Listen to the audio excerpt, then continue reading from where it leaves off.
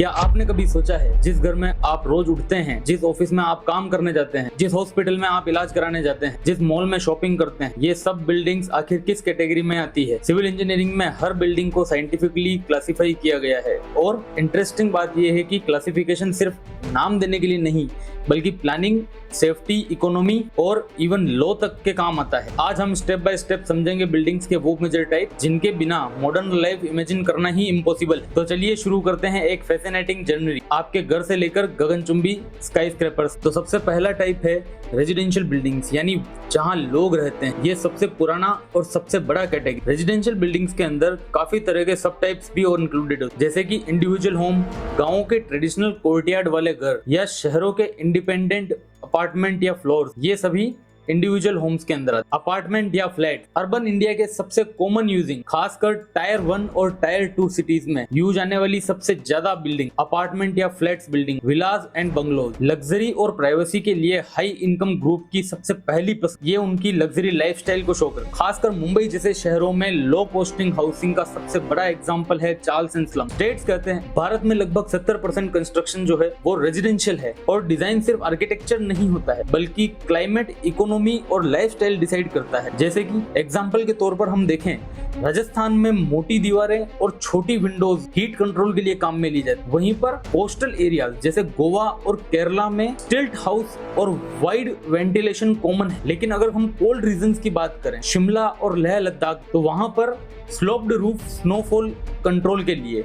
Residential buildings basically reflect करते हैं local culture plus local need. हमारा दूसरा टाइप है कॉमर्शियल बिल्डिंग, यानी बिजनेस एक्टिविटीज वाली जगह। हमारे देश के लिए इनके सबसे बड़े एग्जांपल्स हैं Infosys Bengaluru, TCS Mumbai, DLF mall Delhi, Phoenix mall Pune, Taj Palace, Oberoi hotel, banks, showroom, small scale से लेकर स्काई स्क्रैपर तक। रेजिडेंशियल से अलग यहाँ पर फोकस होता है कस्टमर एक्सपीरियंस और बिजनेस यूटिलिटी। और एक फैक्ट और बता दूं दोस्तों, इंडिया का ऑर्गेनाइज्ड रिटेल स्पेस आज भी चाइना के मुकाबले 10 गुना छोटा है। मतलब ग्रोथ का मैसिव पोटेंशियल है आज भी हमारे। कॉमर्शियल डिजाइन में aesthetics plus circulation flow plus safety सब इक्वली इंपॉर्टेंट होते हैं। एग्जाम्पल के तौर पर अगर देखा जाए तो मॉल डिजाइन में एक्सकेलेटर, एट्रियम, ओपन स्पेस जरूरी होता है, लेकिन रेस्टोरेंट्स में वहीं पर किचन वेंटिलेशन और फायर एग्जिट जरूरी होता है। और अगर बात ऑफिस की जाए तो open layout daylight optimisation productivity बढ़ाता है। हमारी तीसरी कैटेगरी इंस्टीट्यूशनल बिल्डिंग्स।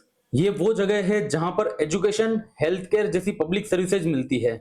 इन बिल्डिंग्स का अगर एग्जांपल देखा जाए, स्कूल, कॉलेजेस जैसे कि IIT Bombay, Delhi university, hospitals जैसे कि AIIMS Delhi, Apollo Chennai, library and research centres, IISc Bengaluru library. अगर इंस्टीट्यूशनल बिल्डिंग्स के अंदर डिजाइन फिलोसॉफी की बात की जाए तो वो यहाँ बिल्कुल अलग होती है। एक्सेसिबिलिटी, फायर सेफ्टी और पब्लिक यूटिलिटी। कुछ एग्जांपल्स के तौर पर देखा जाए तो wide corridors, high ventilation, natural light, emergency exits, earthquake resistance design, differently abled friendly, tactile flooring. ये बिल्डिंग्स सोसाइटी के नॉलेज और हेल्थ बैकबोन है। वैसे यहाँ मैं एक छोटी सी एक्साइटिंग बात बताना चाहता हूँ। मेरे पहले 40 सब्सक्राइबर्स को मिलेगा basic guide for individual house construction India, वो भी बिल्कुल फ्री। इस गाइड में step by step road map है कि आप इंडिया में एक इंडिविजुअल हाउस किस तरीके से बना सकते हैं। प्लॉट सिलेक्शन से लेकर के वास्तु और डिजाइन प्लानिंग, फाउंडेशन से लेकर फिनिशिंग तक। याद रखिए ये सरप्राइज सिर्फ पहले 40 लकी सब्सक्राइबर्स के लिए है। तो जल्दी से सब्सक्राइब कीजिए और बेल आइकन दबाइए ताकि आप ये मौका मिस न करें। बिल्डिंग टाइप्स में हमारा तीसरा जो टाइप है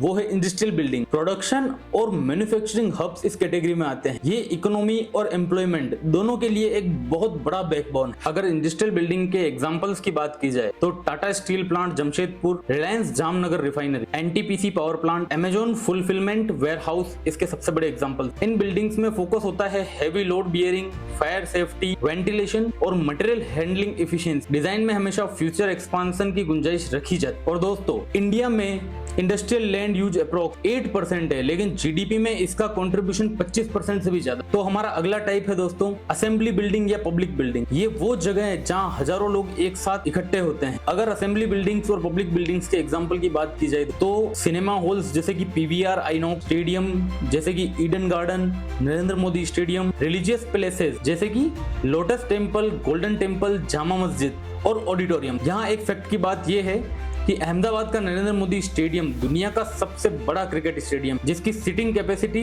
1.3 लाख है। अगर पब्लिक और असेंबली बिल्डिंग में आने वाले चैलेंजेस की बात की जाए तो सबसे बड़ा challenge crowd management, sound acoustic, emergency evacuation. इसलिए इन बिल्डिंग्स में टेक्नोलॉजी और आर्किटेक्चर का सबसे बड़ा कॉम्बिनेशन दिखता है। तो दोस्तों हमारा अगला टाइप है special building. Special buildings unique purpose वाली स्ट्रक्चर्स, जिनका टाइप है हेरिटेज मोन्यूमेंट, जैसे कि Taj Mahal, Qutub Minar. Defence and security के लिए बनाई जाने वाली building, army cantonments, border post. Green और smart building like solar panel, rain water harvesting building, AI automation building. Special buildings के कुछ एग्जांपल्स हैं इन्फोसिस पुणे कैंपस, जिसे लेड सर्टिफिकेट भी प्राप्त। स्पेशल बिल्डिंग सिर्फ कंस्ट्रक्शन नहीं बल्कि कल्चर, हिस्ट्री और सस्टेनेबिलिटी की पहचान। इमेजिन करो एक 400 साल पुराना ताजमहल और दूसरी तरफ एक एआई ऑटोमेटेड इन्फोसिस कैंपस। यही है मॉडर्न इंडिया का कॉन्ट्रास्ट। तो दोस्तों अब सवाल ये उठता है कि बिल्डिंग्स का फ्यूचर कैसा होगा। इस वक्त जो ट्रेंड चल रहा है उस हिसाब से 3D प्रिंटेड हाउसेज, ऐसे घर जो सिर्फ 24 घंटे में ही बन करके तैयार हो, इन घरों को 3D प्रिंटर की हेल्प से बनाया जाएगा। ऐसी कई सारी बिल्डिंग्स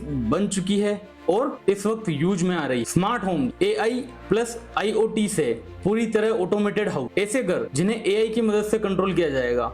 आपको सिर्फ बोलना है, आपको जो चीज करनी है वो करवाएगा एआई की मदद से।